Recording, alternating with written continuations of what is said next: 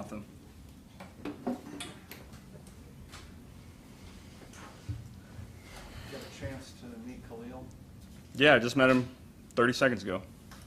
Your thoughts on the team going out and making a deal for a position of need? Yeah, it's something that we needed, I think. And I'm glad that we went out and tried to get better. So, I think, I've watched Khalil in the past. I think he'll be able to help us.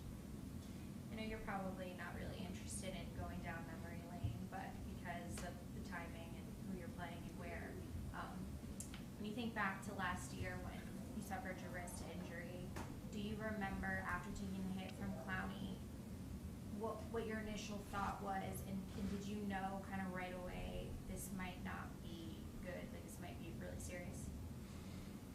Yeah, I wasn't sure what to think initially. I was just focused on trying to figure out a way to get back out there, but then you try to throw and you realize it's not going to happen. And then after the game, I kind of figured that something wasn't great. How did you avoid the normal reaction of you had just gotten healthy, you've gone through a serious injury with your ACL, then the various training camp injuries? How did you avoid the woe is me moment when you realized your season was over with another surgery? Yeah, I was definitely down in the dumps, but something I'd been through before.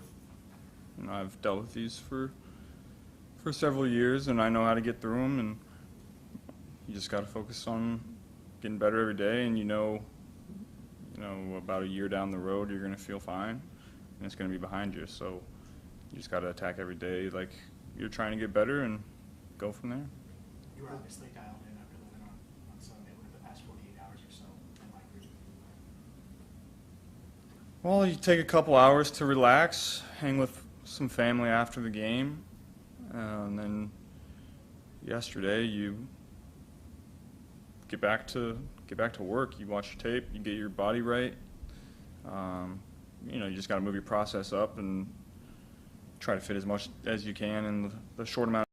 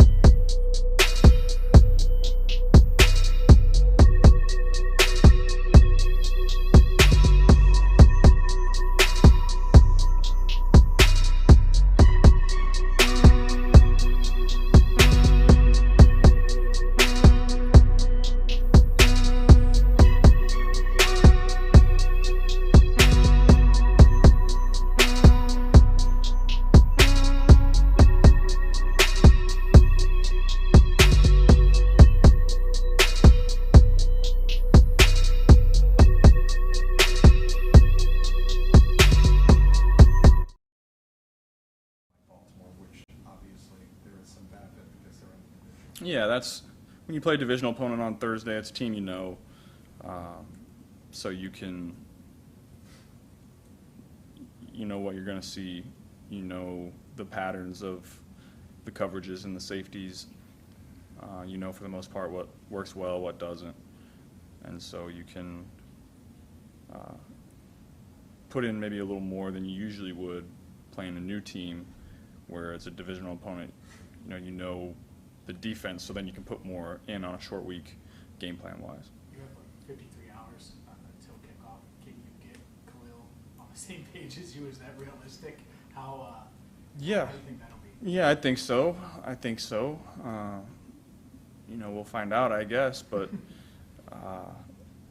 football is football for the most part. A couple new languages, but he's right there next to me, so I can tell him what to do when he's out there. We'll see how much he ends up playing, but I'm confident that we can get him right. So there's a way to do a Clip Notes Thursday night special version and then attack it. Yeah, you can. It might happen on game day too, where it's just like he's standing next to me, he doesn't know what to do, and I lean over and tell him. He's right next to me, so that's an easy thing for me to do. Why did you say it was important that y'all went out and tried to get better? Well, I think one with Zach's injury, that's tough. He was playing really well for us, and we haven't been good enough this year to win the amount of games that we want to, and to make a move like that and try to improve the team mid-season is positive. What kind of message do you think that sends to y'all as the players in the locker room that y'all are going out and looking at ways to improve the roster? I think that shows that they believe in the players on this team to go and do what we want to do this year. Maybe there was holes here and there, but they wanted to go out and improve the team for this stretch, and that's exciting and positive for our team, I think. What do you think a guy like Khalil could bring to this team this week, maybe with the Baltimore that doesn't really know him? Like you said, you guys know each other so well, and then beyond that as well. Yeah, I think, number one, I hear he's good in pass protection. That might be tough to get him on, blocking the right guy on third down blitzes this week. So we'll see what his role ends up being. But number one, that. And number two, just take some carries off of Chase. He had 27 carries last week, played great. He played great in the pass game too. So now, maybe throw him a couple runs here and there, a couple passes to take the load off Chase a little bit. So you think what you do out of the pocket and climbing the pocket, has that been the key to the red zone success? Just trying to, I'm not saying street yard, but is that what a lot of it is down here? Yeah, you watch across the league, and it's a lot of, when you're down there, it's a lot of quarterbacks making plays. It's tough to draw stuff up to get guys wide open, just because you have 10 yards to work with, and you got to be quick and decisive. And we run concepts that I'm comfortable with, so I know when something's going to come open and when something's not. And I'm always confident in my ability to get out of the pocket and make a play, whether it's run it in or find somebody on the back line. So the classic was to throw to sample, and that's what Dan Pitcher always says, it's okay to break the cardinal sin when you're being smart about it. What did you see about that play that you knew that you weren't going to get? That you couldn't do what you did? Well, Drew was he was blocking. He was blocking the defensive end on the play, and I was able to get around the edge, and Drew, being the smart player that he is, realized that it was a scramble situation, and just went and found a zone for me. So that was a great job by Drew. Does preparation on the week of a Thursday game feel like cramming for a test back in school? Yeah, today is basically 2.5 days in one. So we're here for a while, getting the base downs, and then third downs, and then getting a little preview of the red zone. There's not a lot of time to get it done. That's why playing in a divisional opponent is advantageous on a Thursday night. But yeah, it takes a toll on you for sure. But the little bye weekend is worth it afterwards. Do you try to make a conscious effort to make it feel like a normal week, or do you just go into it thinking like it's not a normal week, forget that? Yeah, you can't go through your normal process. You can't go through all the things you normally do and take a second and relax. Those are just things you don't have time for. And whenever you're I always have the feeling whenever I'm out there warming up on Thursday before the game, it's like, dang, it's here already. Can't believe we're about to play another game, but it goes fast. How important was it to spread it around last Sunday? You get a lot of guys that may have not felt, in the moment, catching the football. Can that be beneficial for like Thursday night? Yeah, I think so. I have confidence in everybody that steps out there, and we expect everybody that steps foot on the field to be effective and play up to our standard, and I think everybody did on Sunday. It kind of just depends on the team that you're playing. The team on Sunday mixes up their coverages a lot, and so you never know where the ball's going to end up when you play a team like that. Certain teams are more predictable pre-snap, and then you can kind of move guys around and get guys where you want to, depending on the route and the coverage. But some teams like to mix it up, and that was one of those days. In terms of the roster, kind of where y'all are at going into the season, all of the things that the week 10, do you feel like you're in a good enough spot to compete for what you want to compete by the end of the season? Yeah, I feel good about it. That was positive Sunday was really positive. Our defense played great. Our great players played great. That's what we're going to need going forward. We're going to need our great players to play up to their standard, and we're going to need everybody else to play great as well in their role and find ways to win games. How do you assess how you and the offense as a whole played in the first game against Baltimore? Because on one hand, it wasn't enough to win, but on the other hand, is it realistic to think you can score more than against them? Yeah, we had 2 drives in the first half that we didn't score on, and we didn't convert 3rd and shorts on both of them. Through the interception on the last drive where we had a chance to finish it. So there's definitely more on the table. How often do you think a red zone touchdown is a product of improv and or a product of the play works? I would say probably 50-50. Seeing that early November game Thursday night in the T-Bank Stadium when the schedule was released, did it pop in your head that the NFL schedule make you sit there eagerly? Yeah, I think they like to, if a star player gets hurt in a primetime game, they like to schedule the same exact game on the same exact week, on the same exact time the year later. I think that happened to Aaron Rodgers this year, happened to me this year, so I think that's something they like to do. So I think you can probably expect that. As even killed as you are, does this game mean anything extra to you? Divisional opponents always mean a lot, and especially where we are right now, point of the year, playing Baltimore is a big game. What week would you say is the best your wrist has felt? Right now?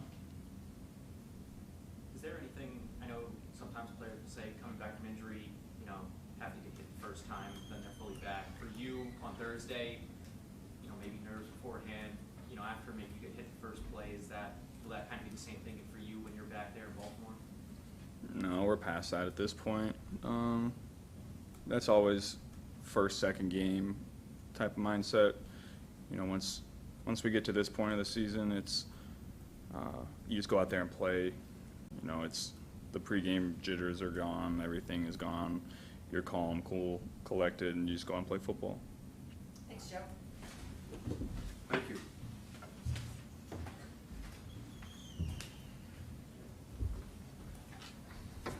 Hey, Ja'Marr. What's going on, everyone? What's your reaction to y'all making a move, getting rid of the running back? How do you feel like that influences you? We need it right now. Zach went down, so we definitely need a little more help on that side since Zach went down. So I think it's a great move right now. What message does that send to y'all in the locker room when they go out and they see that y'all need somebody, maybe they go do something maybe uncharacteristic to improve the roster? That's really not my job. At the end of the day, I just see I just see him when he come in, or I see it on social media, and that's about it. Have you met him yet? Yeah, I just did when he walked in. Short week, Ja'Marr, the preparation obviously gets crunched down by a lot. Does it feel to you like cramming for a test back in school? Like what's a short week? I didn't study in school. But it's a lot But you just gotta stay focused. You know what I'm saying? You just gotta really lock in right now. So I mean, we get a little break time before we start. Friday? You know what I'm saying? Friday's practice. So we just gotta stay locked in when we on the field and just pay attention. But when we get the break time, then we can do whatever. So you're studying, right? You're gonna do studies. Yeah, exactly. Are you Exactly. happy about a night game? I am very happy about a night game. Yes, I can finally sleep in. Yes, yes. Why are you guys so good in the red zone? Joe does a great job of keeping the play alive, I want to say. A lot of times, a lot of the red zones this year has been off scramble drills with Joe. Just getting the ball, keeping the play going. Do you think? How much of it is a street yard, and how much of it is playbook in the red zone? Well, everything's playbook. We just turned it to street yard. Yeah. Do you feel like he's doing a better job this year, maybe gives you some climb in the pocket? My head's turned. I can't see that. I can't see that. When did you feel like, because you obviously are on the other end of him passing the ball, when did you feel like you saw his wrist fully be back to full strength? I mean, I never noticed the difference this off season. We was in that late throwing, after, he was actually started to throw more, so I actually got a chance to catch him early. But around that time, he just wasn't throwing it as hard as he is now. But I don't see no difference at all. Last time you guys played the Ravens earlier this season, you had like 190 yards, 2 touchdowns. Are you kind of thinking they're going to put even more focus on you this week? Are you expecting same coverages out of them? It'll be a little twist and turn just because T's down or last minute. We'll see how that goes. But I'm probably going to think probably react to zone. What Baltimore got going on. You've had some big games against them. Why do you think? I don't know, man. They trust their DBs. We trust our receivers when we get the opportunities in one-on-ones. Do you see probably more one-on-ones from them than maybe any other team? Them in Cleveland, probably, yeah. Joe was visibly frustrated at the end of the game the other day, even though you guys won and threw 5 touchdowns. What's your perspective on that when you see him upset because of some of those late game mistakes? I mean, that's a standard he has. You know what I'm saying? A standard he set for the team. His accomplishments and the greatness level that he wants to achieve, he hasn't achieved yet. That's why he upholds himself to those standards. Do you think that that's needed, especially given where you guys are at so far this year? Yeah. To say how the season going, yeah, I would say yeah. But that's always been him. He's always been that type of guy to hold himself to a standard. He's just doing it more vocally now, I feel like. Did you have a conversation with Jermaine after what happened this weekend? No. Is there any advice you think that would be useful for him, given you were, being a rookie, being a receiver, expected to contribute? I mean, what's the best advice you give a guy like that in that situation? I've talked to Jermaine before, not before that situation, but at the end of the day, you're going to learn from your situations. I did the same thing. So, I mean, you just learn from your situations until you get what's going on and see the consequences that are coming. Then you're going to understand and get your head screwed on right. So. How early on in your rookie career did that happen? Say it again? How early on in your rookie career did you have a similar incident? I did this against Baltimore. I missed the whole meeting. Came at like 10, and then played in that game at Baltimore. So The one where you went for That was the 2-on-1? spin game.